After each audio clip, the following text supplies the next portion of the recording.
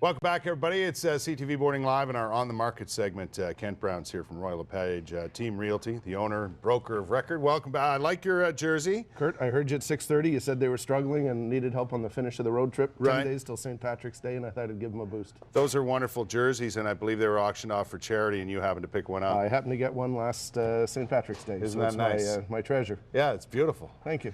Listen, last time you were here, we had an excellent discussion on choosing an agent and some of the things that people should be prepared for when it comes to purchasing or selling a home. We're going to further that discussion today. Well, I thought I'd look at some of the costs you might come across when you're buying or selling. And again, we reinforced last week, plan ahead. Get to know exactly what it is you're going to be paying. Sellers, they're coming into the market, don't fall for gimmicks. I'll buy your house in 30 days, or I'll buy it myself if it doesn't sell. You don't want to go for that.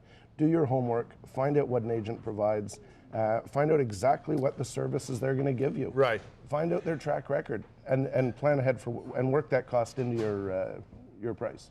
Kent, is it more a matter of cost that you just don't know about rather than calling them hidden costs? Do you know what I mean? There's some things you just are unaware of when you go into, especially the first time. Well, for the sellers, you'll be given a commission up front. It's more important what services are not going to be provided. There are some agents that will charge you almost nothing and do nothing, not even come to your home.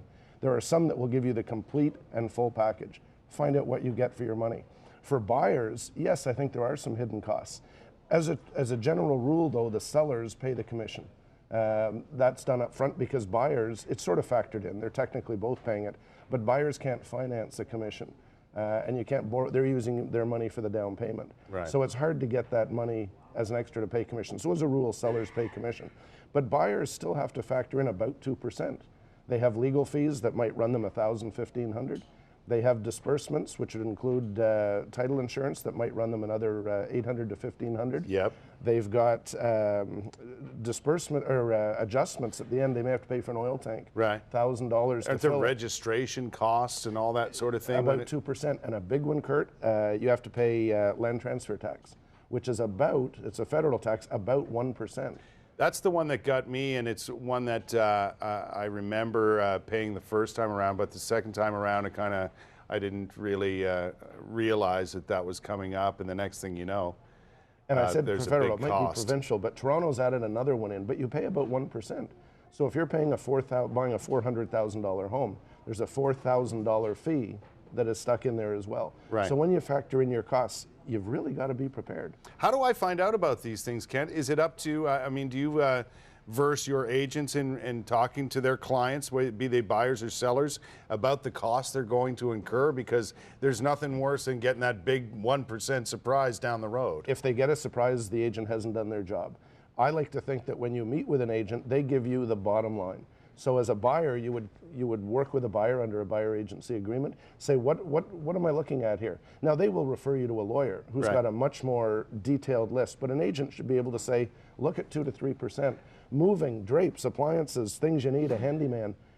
You've put all Right. your money into the down payment. Oftentimes people have lawyers for different things, not necessarily real estate lawyers. Do agents have a list and make recommendations when it comes to that? Any agent should be giving you a list of 3 to 5 people. They all have their favorites, but if I refer you to one guy and the deal goes bad, that looks bad on me. Right. We'd like to give you a list. We'd like to see, and there are lawyers who specialize in real estate or family law. That's or what they do, litigation. yeah. Go get a good lawyer, and again, plan ahead with your lawyer. Ask for referrals. Ask friends who did you use. Meet a lawyer. You want to be comfortable. Yeah. You can also put into your agreement of purchase and sale that once you've bought, it's conditional upon your lawyer approving the agreement. Get the bottom line. It's very, very important. Yeah, and make sure, like you say, when you select an agent, it's one who's giving you all that information, because a lot of times the home buyer especially is unaware of these things, especially the first time around. Well, there's a lot of different business models out there. So find out what business model is being offered by your broker, and do your homework. Lots of information for you, but the best thing to do is call Kent and his team at Royal LePage Team Realty and get the information you need, and give yourself plenty of time to make those decisions before you enter into any sort of agreement to buy a home, right? Well, you can go to rlpottawa.ca as well. We're representing 3 Royal LePage in Ottawa. There's Team, Gale, and Performance, 3 great firms. 800 agents, 32% of the market will give you what you need. Kent Brown here on the Market. We'll see you in a couple of weeks. I'll look forward to it.